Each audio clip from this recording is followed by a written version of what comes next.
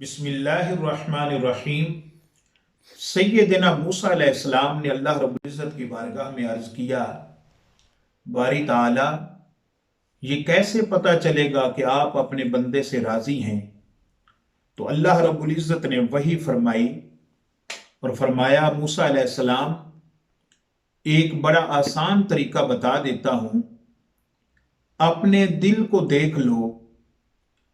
अगर दिल को पाओ कि वो मुझसे राज़ी है तो समझ लेना कि मैं भी उससे राज़ी हूं। फरमाया, जिस दिल से मैं राज़ी नहीं होता वो दिल भी कभी मुझसे राज़ी नहीं होता।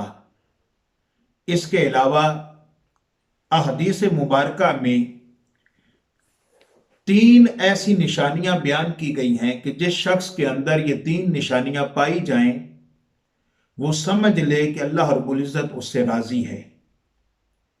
पहली निशानी के मुतालिक आता है कि अगर आपके दिल में इल्म सीखने का शौक पैदा हो जाए,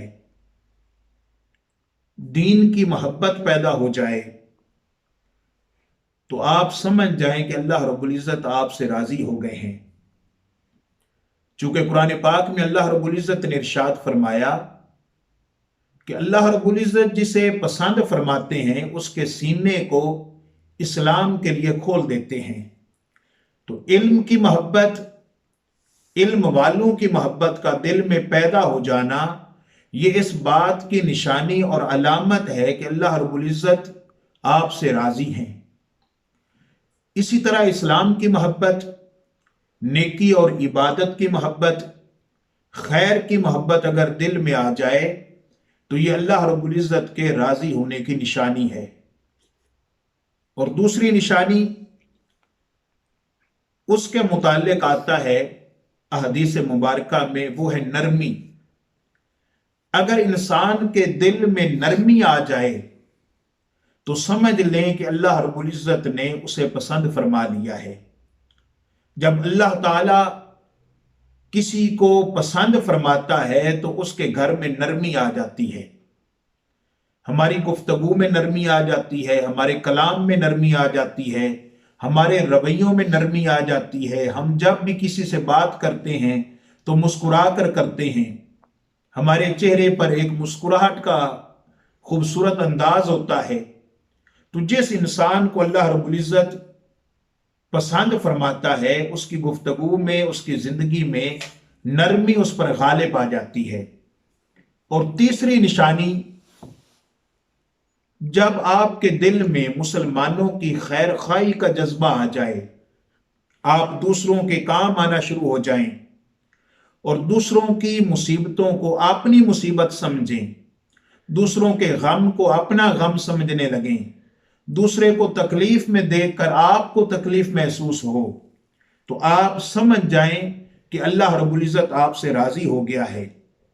अल्लाह रब्बुल इज़्ज़त आका अलैहिस्सलातु वस्सलाम ने इरशाद फरमाया कि जो मुसलमान किसी दूसरे मुसलमान भाई के काम में लग जाता है, उसकी परेशानी दूर करने में लग जाता है, तो अल्लाह रब्बुल इज़्ज़त फरमाता है कि अब ये मेरा महबूब बंदा बन गया है, ऐ मेरे फरिश्तों अब तुम इसके कामों में लग जाओ। वो लोगों के काम में मशगूल होता है, अल्लाह रब्बुल इज़्ज़त फरिश्तों को उस बंदा मोमिन के कामों पर लगा देता है। जब ये निशानियां नजर आएं तो हदीस पाक में आता है कि अल्लाह रब्बुल इज़्ज़त उस बंदे की फिर दुआएं भी कबूल फरमाने लग जाते हैं। अल्लाह ताला उस बंदे को ना सिर्फ अपना महबूब बना लेता है बल्कि दुनिया की नजरों में भी अल्लाह रब्बुल इज़्ज़त उसे महबूब बना देता है। फिर एक वक्त ऐसा आता है कि दुनिया उस इंसान से मुलाकात के लिए तरसती है और उस इंसान की जुबान से निकली हुई बात अल्लाह रब्बुल इज़्ज़त फौरन कबूल फरमाते हैं।